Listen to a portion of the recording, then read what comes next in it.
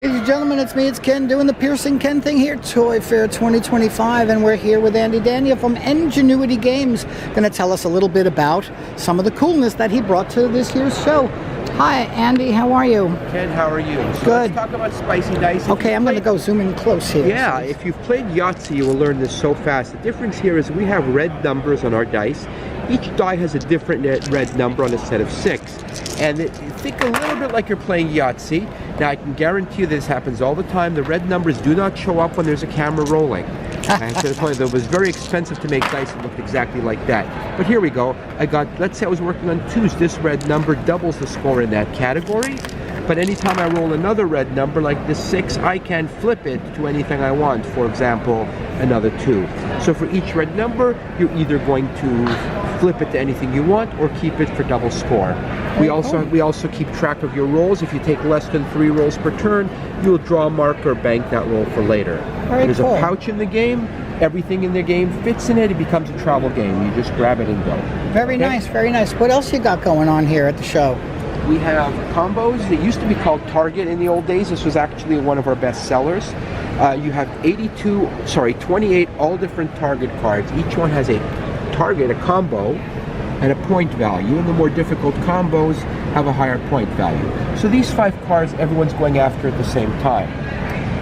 Let's say, and you have your own 5 playing cards. This would normally be in my hand, but I've put them out for people to see. And you're going to draw and discard and try to make the combos. And I might say, hey, I've got the 2, 3, 4. I'm going to claim that, score the 2 points, and then the next combo card will be dealt to replace it. Obviously, these would have been face down under normal circumstances if we're not at a show.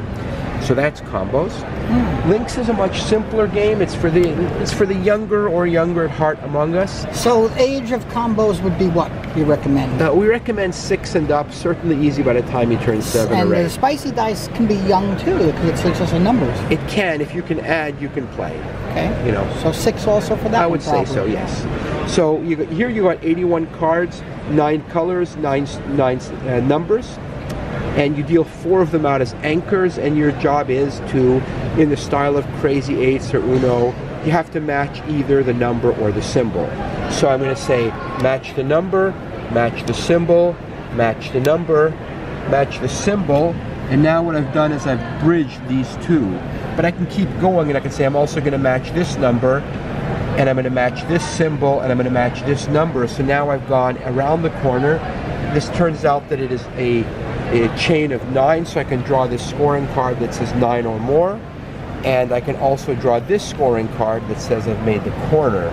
So you've got 29 scoring cards and 81 playing cards, and you pass through the deck, and the top score wins.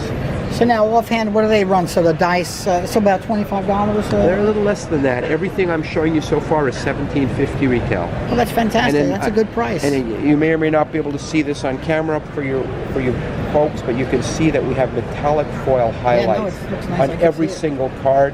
So that has definitely has a bit of a shine. Very nice. We do a much more expensive card, frankly, than most of our competitors. Nice. And Showdown, huh? Showdown used to be called Bid It, and in fact, it was on the Games Magazine Games 100 list back in 2004 under the name Bid It. Hard list to get on, and it was top 100 games, and we got that because we took Liar's Dice, which is a dice game, and turned it into a card game where you basically bid on the group hand, and you have to bid higher and higher and higher until somebody challenges, and then either the bidder or the challenger will use a card. But we also have additional things that you can do because it's a card game. One example is that sometimes you have an extra symbol on a card, and that adds a dimension, because people that, you know, I've got my hand of 3 cards, and you think I have 3 cards, but in reality I have 6 cards, because each of these counts. Awesome. So this is a great game for the older kids, older kids and adults who like that kind of play. But it's a bidding and bluffing game where bluffing is legal as long as you don't get caught. Right. Awesome. And are these 2 yours as well? They are. This is sort of a sneak peek, which is a funny way of saying we've had these a long time ago, but we're going to bring them back. 3 stones. 3 stones was on the Games Magazine Games 100 list and has a Mensa Select Award for top 5 mind games of the year. This is a solid wood game with basically just one rule. You draw a stone from the pouch sight unseen. You're trying to make 3 in a row of your color. So if I'm playing white, I have to play in the same row or column as the last stone that was played. Let's say that it was played here. I could play here and say I made this 3 in a row and this 3 in a row, and each of them is worth 1 point. And then the next player would have to go anywhere in the row or column that I played. The key here is that sometimes you're going to draw your opponent's color, and you will play that as poorly as the rules permit. But sometimes, especially late in the game, you will have no choice but to score for your opponent, because there may not be anything in the same row or column that you can play that does not give them points. That looks like fun. It is fun. Them's the breaks, as they say. Last but not least, doubles. Doubles Wild, last but not least, also a winner of a Mensa Select Award. Very good. And it has the same mechanic of 3 in a row as 3 stones. The difference is you've got red dice for the red numbers and blue dice for the blue numbers. When I roll the dice, I will go to the intersection.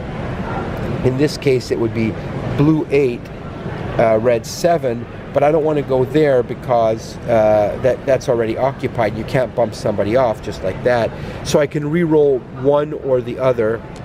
And I just want to show you something. Let's just assume that I rolled a double, because I want to explain why it's called Doubles Wild. If you have a double, this is wild. This is anything you want. So this would be blue 8 anywhere. I can go into any of these. You can actually battle for a location. If you do land on somebody's that's not yours and it is not part of a 3 in a row, you can challenge for the space and do a quick shootout with the dice, and the winner gets it. It's balanced a little bit. It's intentionally unbalanced so that the person who had the space has a little easier time defending it than you have capturing it. Very cool. How's the show been for you? Well, the show's always fun. All the shows, to be perfectly honest, have been slowing down in general. This is not just Toy Fair.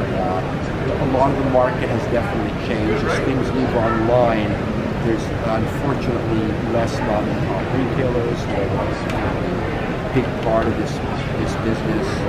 So, without exception, shows have been slowing down. Well, thank you, Andy, for showing me all your games. Ladies and gentlemen, Andy Daniel from Enginuity Games. I love that branding. That's a great name. So I appreciate the time for showing me all the games. I'll have links for where you can order this stuff, my friends. And that's going to bring me to the end of it. So I'll see you next time. Thanks for watching. It's Ken signing off. Oh, yeah. Subscribe, notification bell, yada, yada, yada. See you next time. Bye.